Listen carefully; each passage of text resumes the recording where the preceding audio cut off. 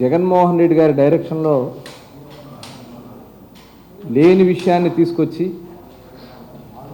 తిరుమల తిరుపతి పవిత్రమైనటువంటి తిరుపతి లడ్డు ప్రసాదాన్ని అపవిత్రం చేసి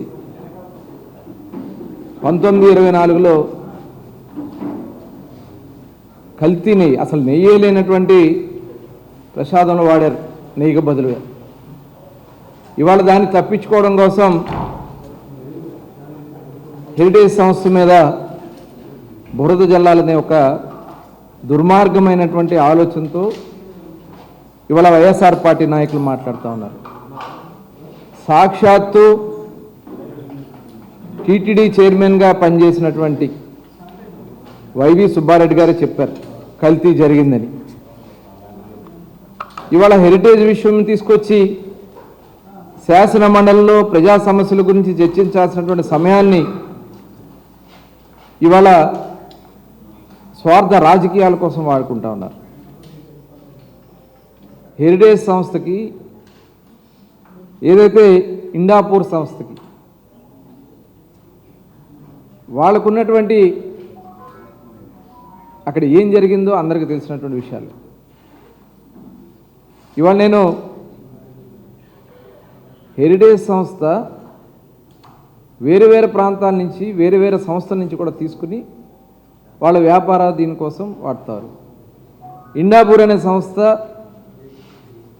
ఇవాళ అటు రష్యా దేశంలో కానీ అనేక ఆసియా ఖండంలో ఉన్నటువంటి అనేక దేశాల్లో ప్రాచుర్యం ఉన్నటువంటి సంస్థ.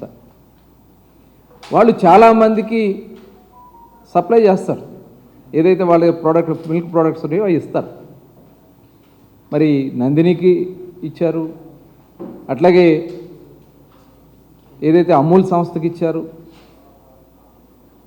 చివరికి పతాంజలి షిరిడీకి సంబంధించినటువంటి ప్రసాదాల్లో వాడినవి కానీ దేవాలయాల్లో వాటికి వాళ్ళు ఇస్తారు.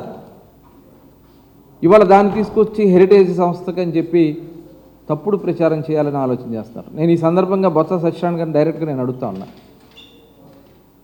మీరు జగన్మోహన్ రెడ్డి గారిని ఏ రోజన్నా 1924లో జరిగినటువంటి కల్తీ విషయం గురించి అడిగారా? పవిత్రమైనటువంటి తిరుమల తిరుపతి దేవస్థానాన్ని అపవిత్రం చేసి ఇవాళ అసలు మీరు ఇక్కడికి వచ్చి మాట్లాడే హక్కు మీకుందా? ఇవాళ తిరుమల తిరుపతిలో జరిగినటువంటి నేతిలో అసలు నెయ్యే లేకుండా లడ్డు ప్రసాదాన్ని అందించినటువంటి విషయాన్ని మీ నాయకుడిని మీరు అడగగలరా?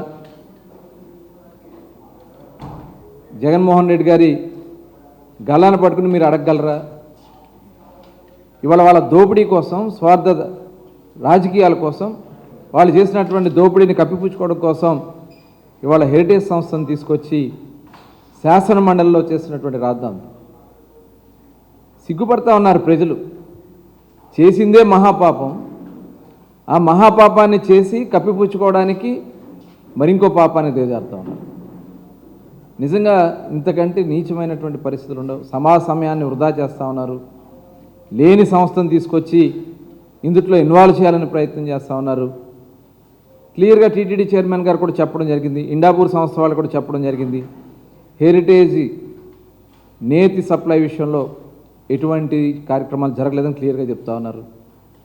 ఇవాళ మా నాయకుడు చంద్రబాబు నాయుడు గారు తిరుమల తిరుపతి దేవస్థానానికి, హెరిటేజ్కి ఎప్పుడు కూడా ఎటువంటి సరఫరా చేయకూడదని ఒక నిర్ణయం తీసుకున్నారు. కాబట్టి ఎప్పుడు అధికారంలో ఉన్నా లేకపోయినా కూడా ఎప్పుడు తిరుమల తిరుపతి లావాదేవీల్లో ఎక్కడా కూడా హెరిటేజ్ని ఇన్వాల్వ్ చేయలే.